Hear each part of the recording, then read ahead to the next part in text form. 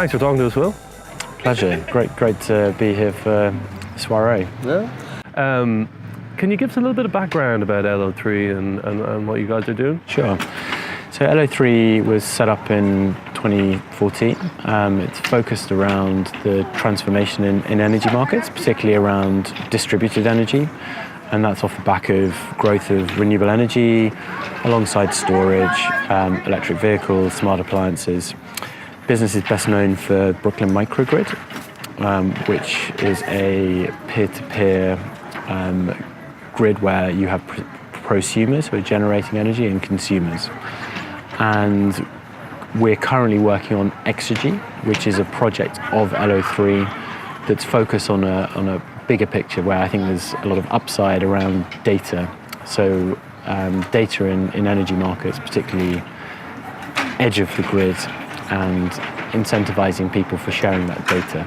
So this might be like how and why you use your energy and data? Yeah, so I think at the moment, energy is a very static thing. So you pay per kilowatt hour, it tends to be a fixed price. You have no visibility on where that energy was generated, when it was generated, what the state of the grid was when it was generated.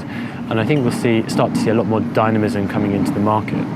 And I think the point about the data is that as you get this change from a very vertical, centralized energy system to one where you have more solar, wind, kind of that's closer to the point of consumption, if the data stays siloed, then you get a lot of inefficiencies baked into the system. Whereas if it's joined up, so providers know when you're when you're consuming a lot of energy, when they know where electric vehicles are, then they can start to offer solutions that match to that. So you start to get a grid that is more flexible, but is also matched to the profile. Whereas if you bake in a lot of these, I suppose, sort of lack of matching between demand and production, then you create a lot of inefficiencies. So I think peer-to-peer is a key part of this, but it's not the only part. So the ability to transact your surplus energy or surplus capacity is really exciting. So, the fact that you've got an asset that you can monetize, or even the concept of negawatts, so kind of being paid not to consume.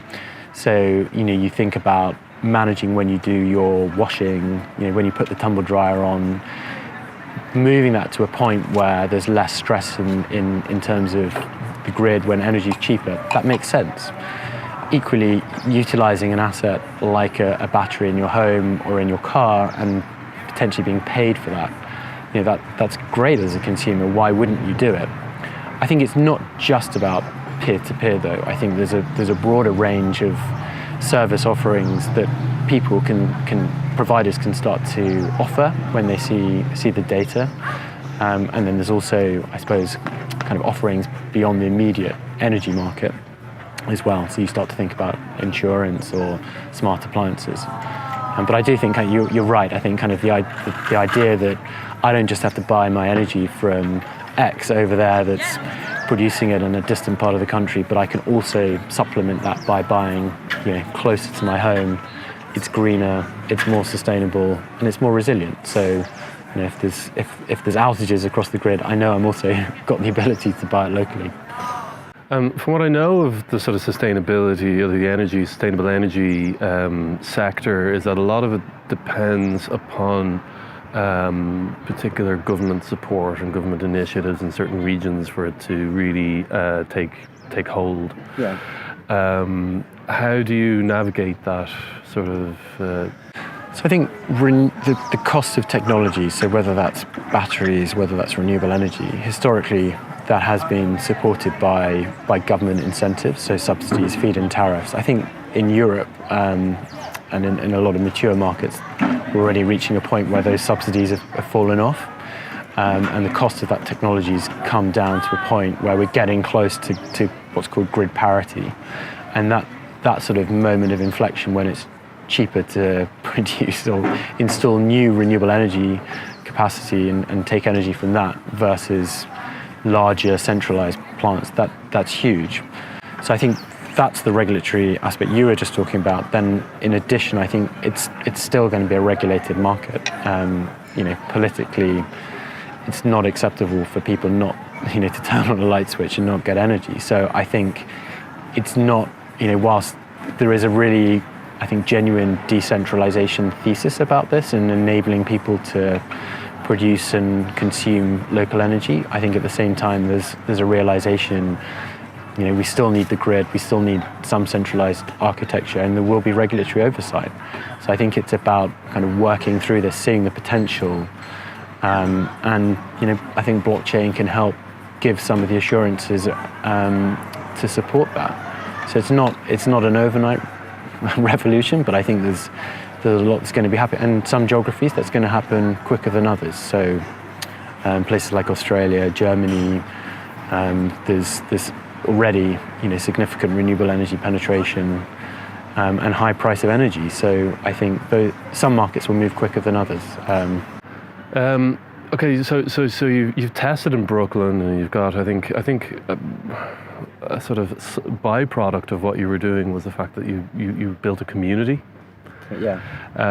Which must be very heartening. Like, is that I suppose it's people really believe in the project. Like, where are you looking to roll out next, or have you been active in other markets? So we've got a pipeline of around 80 projects globally.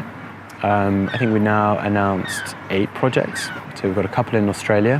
One of those is working with dairy farmers to help them reward them for curtailing some of their demand at certain points in the day. So it's moving their energy consumption pattern, and they're rewarded for doing that.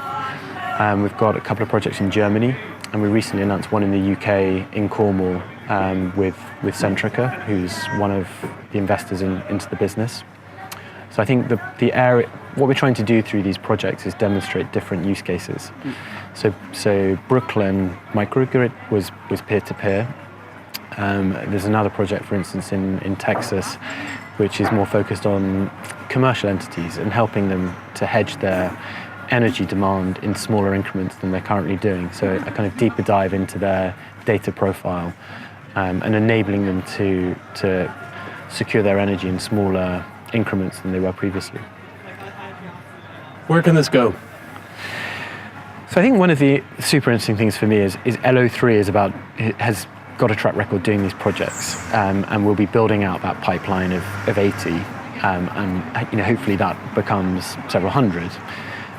It's not all about LO3. I think the interesting thing for me is about creating a data marketplace in energy and working with other participants. Some of those could be other blockchain businesses. Some of them can be the incumbents, so grid operators, utilities, and creating this, as I say, marketplace in energy data that doesn't exist today. And I think when you start to aggregate that data, it provides a platform for people to start offering solutions that we don't get today. So as I say, nobody has a relationship with energy. They pay a fixed price per kilowatt hour. There's no association, and I can see a future where that changes. So you wouldn't go into the supermarket and pay for all your goods by weight.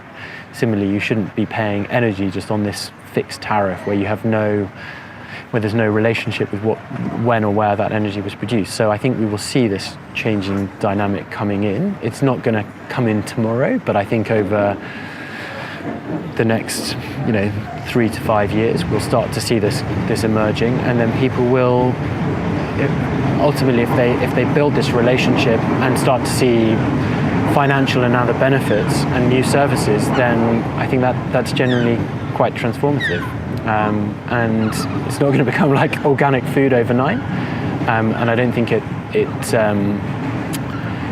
I don't think it necessarily has to be totally price driven, but I think a lot of it will be dependent on people seeing financial benefit. So kind of more transparency on how their energy is priced. But then I think there's other aspects, such as being part of a community, knowing you can buy from somebody locally, assurances around green provenance,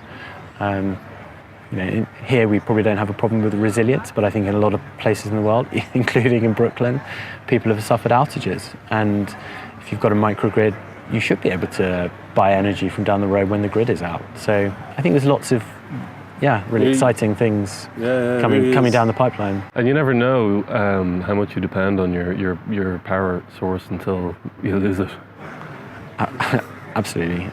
And I think so. I mean, this is enhancing security and resiliency. It's not about creating. I mean, and that's the thing. People think renewables.